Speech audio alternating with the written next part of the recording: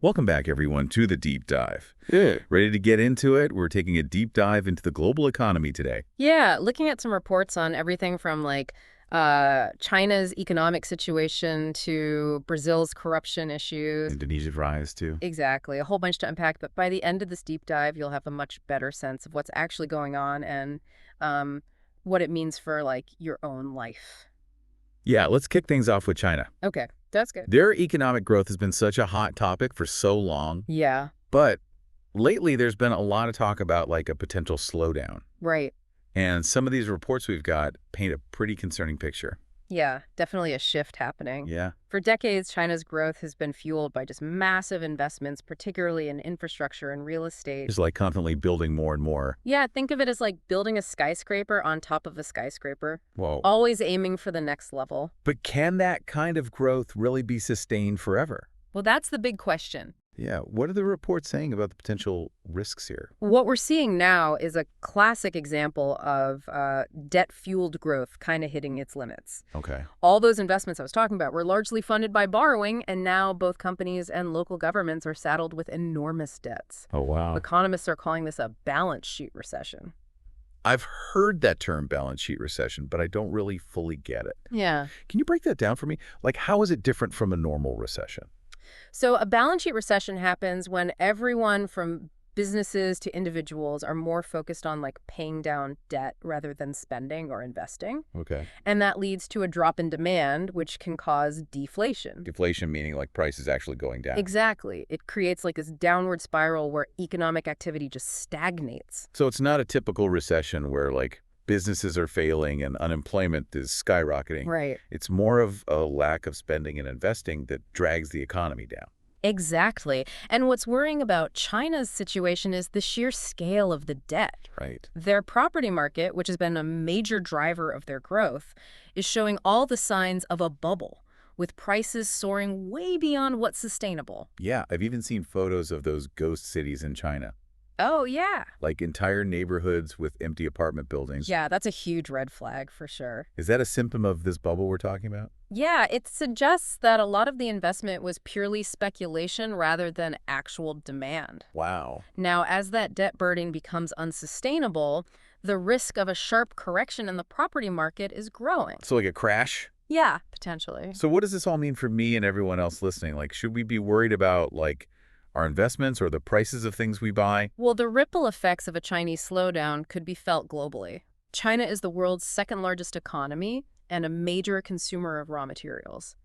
So if their demand drops significantly, it could impact commodity prices, which could actually lead to lower prices for things like oil and gas, even metals. So cheaper gas? Maybe, Yeah. but it's not that straightforward. Right, because a slowdown in China could also disrupt global supply chains Totally. and hurt businesses that export to China. Yeah, think about countries like Australia and Brazil that heavily rely on those exports to China. Yeah, makes sense. Their economies could take a hit, and we might even see a domino effect where a slowdown in one country triggers problems in others. And let's not forget about China's Belt and Road Initiative. Oh, right. They've put billions of dollars into infrastructure projects across the globe. What happens to those if their economy really struggles? That's a big question mark. A lot of countries involved in the Belt and Road Initiative have taken on significant debt from China to finance those projects. So if China's economy weakens and they have to scale back their lending, it could leave all these projects unfinished and those countries in a tough spot financially. Wow, so a lot of uncertainty around China's economy and potentially some really tough decisions ahead. Yeah. One report mentioned this devaluation dilemma. Yeah. Is that a potential solution or just another risk to worry about? Well, it's a really complex issue with no easy answers. Devaluing their currency could make Chinese exports cheaper and potentially boost their economy in the short term. Okay. But it could also lead to capital flight, where investors just pull their money out of China, fearing further devaluation, and that could hurt their international reputation. So a risky move with potential downsides for both China and the global economy. For sure. And to add to the challenge, there's a growing lack of transparency from China. They've been tightening control over data, which makes it harder to know what's actually going on with their economy. Makes it hard to really know what to expect. Exactly. This lack of reliable info just adds another layer of uncertainty to the situation. Sounds like the stakes are incredibly high for everyone, not just China. Yeah, China's decisions in the coming months will impact all of us for sure. Okay, so we need to keep a close eye on the China situation. Yeah. But China isn't the only one facing these big economic challenges. Right. Our next deep dive takes us to Nigeria. Okay. They're dealing with a different problem, over-reliance on oil. Right. Nigeria is Africa's biggest economy, but their dependence on those oil exports makes them super vulnerable to fluctuating global prices. Yeah, and with the world shifting towards renewable energy, Right. the future of oil-dependent economies is looking uncertain. Very true. So how do they break free from this dependence? One of the reports suggested a SWOT analysis. Yeah, a SWOT analysis is a good way to assess strengths, weaknesses, opportunities, and threats. In Nigeria's case, their strengths are in their natural resources. Not just oil, though, right? Not just oil. Yeah. They've got things like arable land, minerals, and a young, growing population. Uh-huh. They also have this entrepreneurial spirit with a growing tech sector. So that sounds promising. What about the weaknesses? What are they up against? Well, corruption is a big issue that hinders economic development, and it discourages foreign investment. Right. They also have some infrastructure challenges like power supply and transportation networks. Yeah, that makes sense. And then there are the security threats from groups like Boko Haram, Yeah. which create instability and scare off investment. So a lot of hurdles to overcome. Yeah, definitely. But what opportunities does Nigeria have to leverage those strengths and get past those weaknesses? Well, this is where it gets interesting. Nigeria could be a real agricultural powerhouse. Yeah. They could feed their own people and export to other African countries and beyond. Their tech sector is also attracting a lot of attention, with innovative startups popping up in areas like fintech, e-commerce, and healthcare. So they have the potential, Oh, yeah, big time. but realizing it will take a lot of work to address those weaknesses, right? Absolutely. Tackling corruption and improving infrastructure are crucial to attract foreign investment and create a more stable environment for businesses. And of course, addressing those security challenges is super important for long-term stability and economic growth. So a lot of work to do, but also a lot of potential upside. Totally. What's the main takeaway for someone looking at Nigeria, like from an investment perspective? I'd say look beyond the oil. Hmm. Recognize the potential of Nigeria's other sectors. Okay. It's high risk, high reward. If they address those weaknesses and capitalize on their opportunities, Nigeria could become a big player in the global economy. But it'll take a joint effort from the government and the private sector to get there. So we've gone from China's potential economic trouble to Nigeria's push for diversification. Yeah. Shows that the global landscape is constantly shifting. For sure. And speaking of shifting landscapes, our next deep dive takes us to Brazil, a country grappling with a massive corruption scandal. Yeah, this one's a wild one. Think billions of dollars car washes as fronts for money laundering and politicians from multiple countries involved. Lake car washes. Seriously. Yeah, it sounds crazy, but this corruption scandal is huge. It all started with a routine money laundering investigation, but it quickly snowballed, implicating top people at Petrobras, Brazil's state-owned oil company, and Odebrecht, a major construction firm. I vaguely remember hearing about this a few years back. Wasn't it one of the biggest corruption cases ever? Yeah, it's definitely up there. Politicians from several parties, including former presidents and high-ranking officials, were caught up in it. Oh. It involved bribes, inflated contracts, and kickbacks. The scale of the corruption was mind-blowing. Billions of dollars were siphoned off. It's hard to believe something that big could stay hidden for so long. It was a really sophisticated scheme with elaborate money laundering and a culture of secrecy in both the public and private sectors. But eventually, investigators started connecting the dots, tracing the money through shell companies and offshore accounts. I can't imagine the guts it took to go after such powerful people. What happened after they uncovered all of this? The impact has been massive. Dozens of high-profile people, including politicians, business execs, even billionaires have been convicted and sent to prison. Wow. It's shaken Brazil's elite and shattered public trust in the political system. So a lot of damage done. For sure. But has there been any good that came out of this? What's remarkable is that Operation Car Wash sparked a national discussion about corruption and the need for more transparency and accountability. So at least it brought the issue to light. Yeah, public outrage over the scandal has led to demands for reform and stronger anti-corruption institutions. So it's been painful, but also a potential turning point. Yeah, that's the hope. Of course, the economic and political fallout from the scandal has been significant. Sure. But the fact that these powerful individuals were held accountable and that it triggered a national movement for change offers some hope for a more transparent and just future. It's a powerful reminder that even with huge challenges like this, positive change is possible. But as we've seen with China and Nigeria, change can be a really long and complicated process. Absolutely. And our next deep dive takes us to a country that's embracing change and positioning itself as a rising star, Indonesia. Indonesia. Yeah. I think most people just think of Bali and beaches when they hear that name. Right. What makes Indonesia so interesting from an economic standpoint? Get ready to be surprised. Indonesia is quietly becoming an economic powerhouse. They've had impressive economic growth for years, and some projections say they could become one of the top 10 global economies in the next few decades. The top 10 economy. Right. Wow. That's a bold prediction. What's driving that kind of growth? It's a combination of factors. They have a large, young population, abundant natural resources, and a strategic location in Southeast Asia. But what's really setting them apart is their strategic approach to economic development. They're not just relying on exporting raw materials like many other emerging economies. So they're going in a different direction than China did in their early days. Exactly. Indonesia is focusing on building value-added industries, moving up the value chain to create better jobs and a stronger economy. They're investing in manufacturing technology and tourism, aiming to become a regional hub for innovation and trade. One report highlighted Indonesia's nickel export ban. Oh, yeah. How does that fit into their strategy? That's a perfect example of their forward-thinking approach. Indonesia has the world's largest nickel reserves, which are crucial for EV batteries. But instead of just exporting raw nickel, they banned those exports, forcing companies to invest in processing plants right there in Indonesia. So they're using their resources to attract foreign investment and build higher value industries. Exactly. It's a bold move that's already showing results. Global companies are setting up shop in Indonesia to get access to this essential resource, which brings in capital and creates a more developed industrial base. That's smart. It seems like Indonesia's playing the game well. Yeah. But how do they handle the whole geopolitical landscape, especially with the U.S. and China competing for influence in the region? Now that's where their foreign policy gets really interesting. Indonesia is taking a non-aligned approach, engaging with both the U.S. and China, but refusing to pick sides.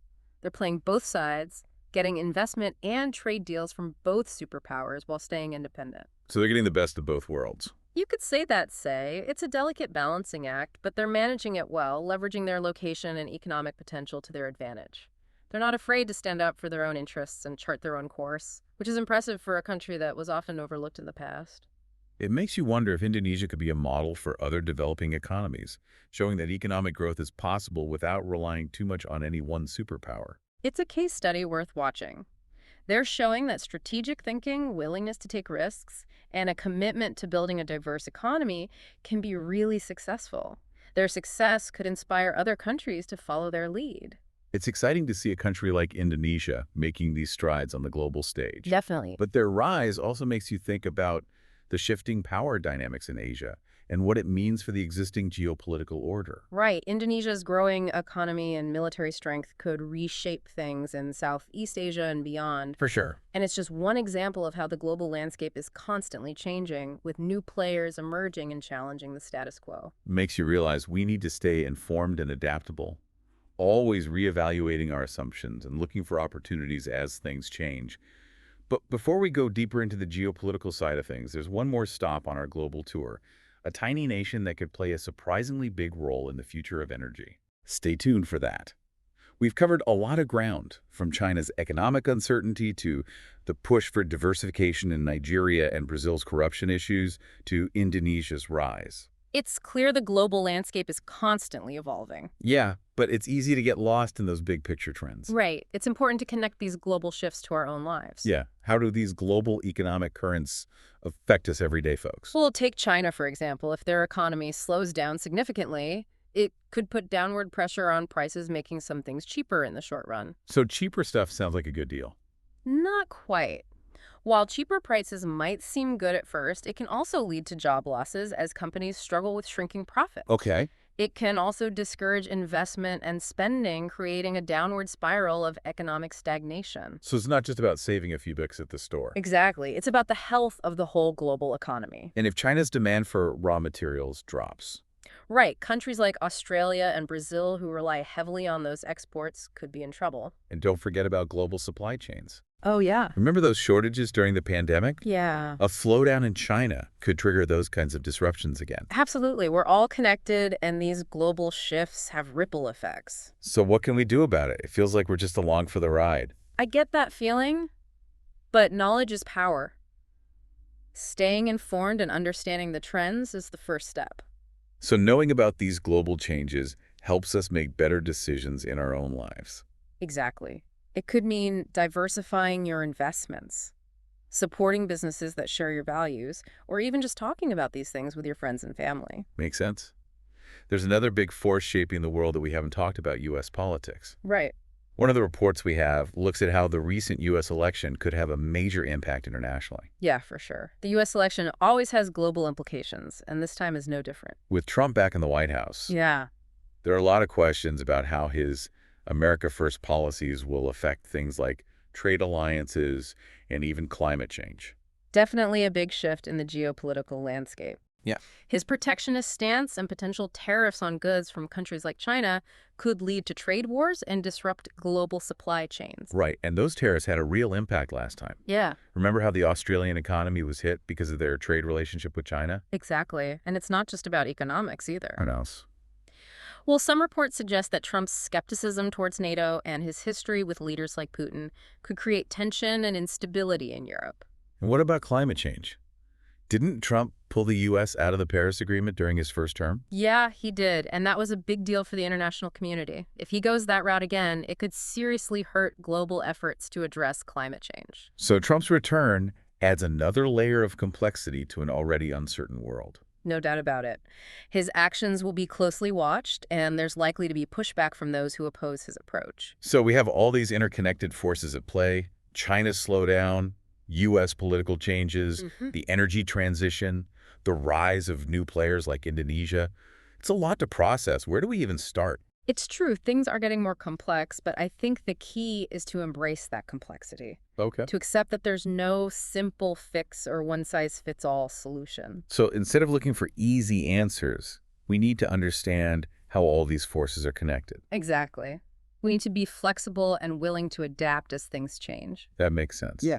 But how can we as individuals make a difference in the face of these global shifts? One way is to be more conscious consumers supporting businesses that are working towards a more sustainable and equitable future. Like voting with our dollars, making choices that align with our values. Exactly. And we can support organizations and initiatives that are tackling these global challenges, whether it's through advocacy research or direct action. So we can make a difference through our daily choices and by supporting those working towards positive change. Absolutely. And maybe most importantly, we can stay informed, engaged, and connected. So keeping those conversations going. Right. The more we understand these complex issues, the better equipped we are to deal with them.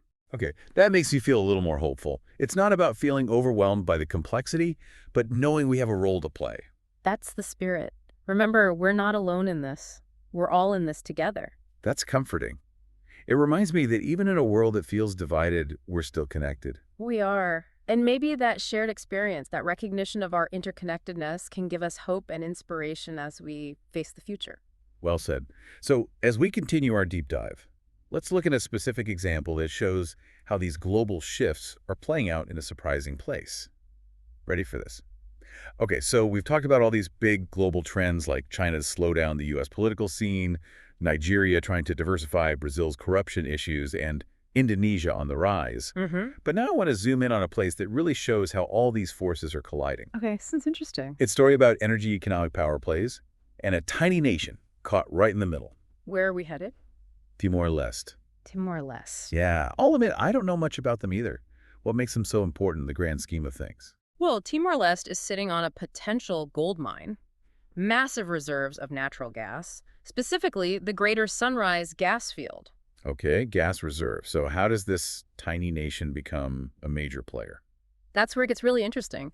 The Greater Sunrise Field is located in the Timor Sea, and the maritime boundaries have been disputed for decades. Oh, wow. It's a real geopolitical hot potato, with Australia, Indonesia, and Timor-Leste all wanting a piece of the action. Sounds complicated. And I bet China's interested too. You got it. China's been making moves in Timor-Leste, offering aid and investment. They see the potential for Timor-Leste to become a key energy supplier in the region, especially as China's own energy needs keep growing. So Timor-Leste in a tough spot trying to develop those resources without becoming too reliant on any one power. What's their strategy in this high-stakes game? They're walking a tightrope. They want to develop their gas reserves, but they don't want to become too dependent on any single country. Makes sense. They're looking for partnerships that will help their economy without compromising their independence. This reminds me of Indonesia's non-alignment approach. Yeah, I see that. Do you think Timor-Leste can pull off a similar balancing act? It's a huge challenge for a nation as small and economically vulnerable as Timor-Leste, but they're showing some real diplomatic skill. Okay. They're negotiating with everyone, Australia, China, even companies from Southeast Asian nations. So spreading their bets, not putting all their eggs in one basket. Exactly. And they're using their location to their advantage. Timor-Leste is right in the heart of the Indo-Pacific, a region that's becoming super important for global trade and security. And that's where the U.S. comes in, right? Right. They've been pushing their free and open Indo-Pacific strategy to counter China's influence. Exactly. The U.S. sees Timor-Leste as a potential partner in that effort. Okay. They've offered support for development and security, hoping to bring Timor-Leste closer to the West. So Timor-Leste is caught in this geopolitical tug-of-war with China and the U.S. both vying for their attention. How do they handle that without getting steamrolled? It takes careful diplomacy, a clear vision for their own future, and a willingness to play the long game. They need to be strategic about who they partner with and how they use their resources.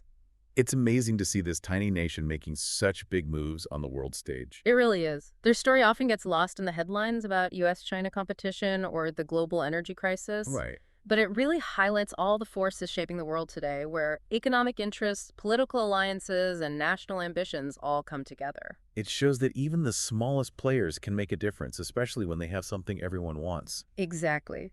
Timor-Leste decisions, their successes and failures, will have ripple effects beyond their borders. It reminds us that we're all connected, and even events in faraway places can impact our lives. What a fascinating example. We've traveled from China's economic roller coaster to Indonesia's rise with stops in Nigeria, Brazil, and now Timor-Leste. It's been quite a journey. Yeah, and hopefully our listeners are leaving with a better understanding of how these global forces are shaping the world and what it means for them. Absolutely. So as we wrap up this deep dive, I want to leave you with a final thought. The world is complex, but it's also full of possibilities. Stay curious, stay engaged, and stay connected. You never know what amazing discoveries await in the next deep dive. Until then, keep exploring.